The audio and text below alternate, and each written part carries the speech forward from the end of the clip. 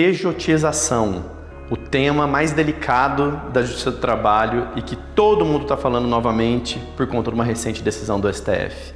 Meu nome é Marcelo Sibim Del Caro, eu sou advogado e vou trazer aqui para vocês algumas informações importantes, relevantes e atuais sobre o tema da pejotização.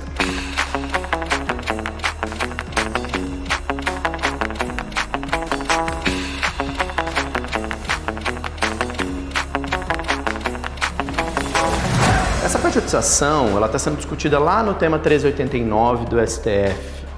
No ano de 2025, o ministro Gilmar Mendes suspendeu o andamento de processos que discutiam a pejotização, tendo em vista a necessidade de adequar, manter de uma maneira padrão todos os julgados sobre o tema. Então, por isso, todos os processos que discutem a pejotização foram suspensos até então e agora, há poucas semanas atrás, foi novamente permitida o andamento dos processos. O ministro Gilmar Mendes retirou essa suspensão e os processos andaram.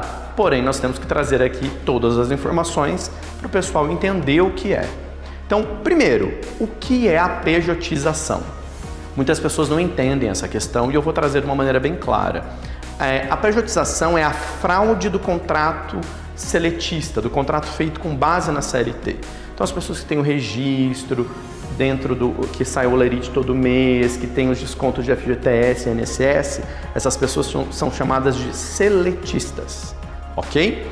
Já a pejotização, ou seja, o contrato com pessoa jurídica, é um contrato de fato com uma pessoa jurídica. A pessoa ela cria um CNPJ e ela faz um contrato de prestação de serviços, o qual não tem essas imposições legais acerca de recolhimento de impostos e demais cumprimentos. Qual que é o ponto? A desvirtualização da característica efetiva da relação de trabalho e da relação de emprego. Esse é o ponto. Então, o que estava acontecendo de fato e que causou todo esse rebuliço? Muitas empresas estavam criando os contratos PJ com os seus funcionários justamente para fugir ali das imposições legais. O Brasil é um país muito engessado nessa questão ainda. Eu tenho uma opinião muito formada sobre esse assunto e eu acho que nós tínhamos que sim flexibilizar melhor as relações de emprego e trabalho. Todavia, é onde entra o STF que precisa regulamentar essa questão. Apesar de ser uma matéria de fato trabalhista que deveria se limitar ao TST, ao Tribunal Superior do Trabalho, não. É uma matéria que está sendo discutida pelo Supremo Tribunal Federal, uma vez que eles estão visando ali, inclusive, analisar a competência da matéria. Se vai ser da trabalhista julgar ou da Justiça Estadual, um outro assunto que está sendo discutido nesse tema 1389 do STF.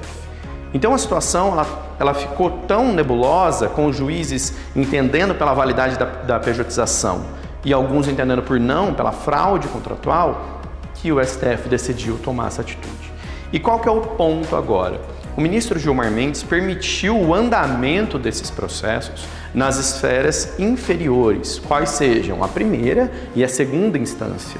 Então, nessas situações, os processos vão correr, vai existir audiências, depoimentos, testemunhas, colheita de provas, todo o andamento da primeira instância, vai existir a sentença de primeiro grau, serão possíveis os recursos para levar essa matéria ao segundo grau.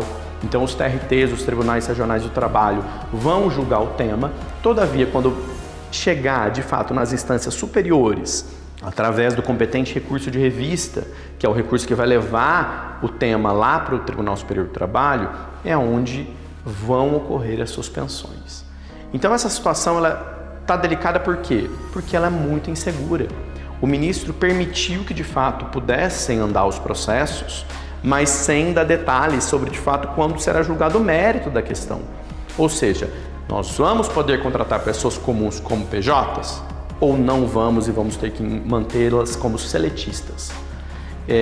Tem duas correntes que discutem esse tema. A primeira fala que, sobre a questão do seletista, para o governo é muito melhor, porque o empregador ele tem que recolher INSS sobre cada registro de funcionário, FGTS sobre cada registro de cada funcionário, e esse valor ele fica lá nos cofres públicos, os quais são administrados de fato pelo governo federal. Então, a receita cairia muito e isso impactaria imediatamente, tanto nos cofres públicos quanto nos aposentados do INSS. Não se esqueçam, a Previdência é como se fosse uma pirâmide. Então, a base tem que sustentar quem já está aposentado. É isso que muita gente também confunde. E, por isso, eles mantêm a necessidade de, se cumprir os requisitos do artigo 3º da CLT, que trata lá da subordinação, da onerosidade, da pessoalidade e da não eventualidade, que são os requisitos da relação, de fato tem que ser seletista. Todavia, a segunda corrente, ela é muito mais liberal. Ela fala que não, é o empregado que decidiu ter esse contrato.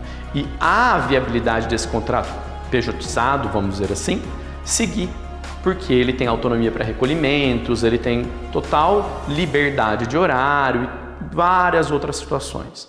Então eles defendem que daria mais autonomia ao empregado e de fato dá mais autonomia. Porém, essa discussão vai muito além. Ela não fica só entre a relação empregador e empregado. Esse é o ponto.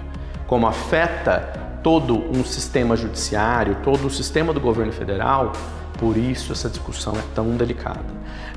Existe ainda, aos que defendam ali a pejotização, que eles falam que vai existir uma divisão muito pela hipossuficiência do empregado e hipersuficiência do empregado. O que seria isso? Eles podem limitar ali, é uma corrente, não é de fato uma decisão, é uma corrente que defende o equilíbrio entre a pejotização e o seletista, que fala que funcionários que vão ganhar até determinado teto, exemplo, funcionários que ganham até R$10.000 somente serão seletistas e funcionários que ganham acima disso poderão optar pela ida a um contrato de pessoa jurídica com pessoa jurídica.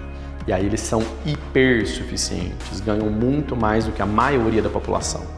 Isso é uma corrente que o pessoal que está defendendo ali a pejotização está levando através de audiências públicas que já foram ocorridas ali no TST e no STF sobre essas questões.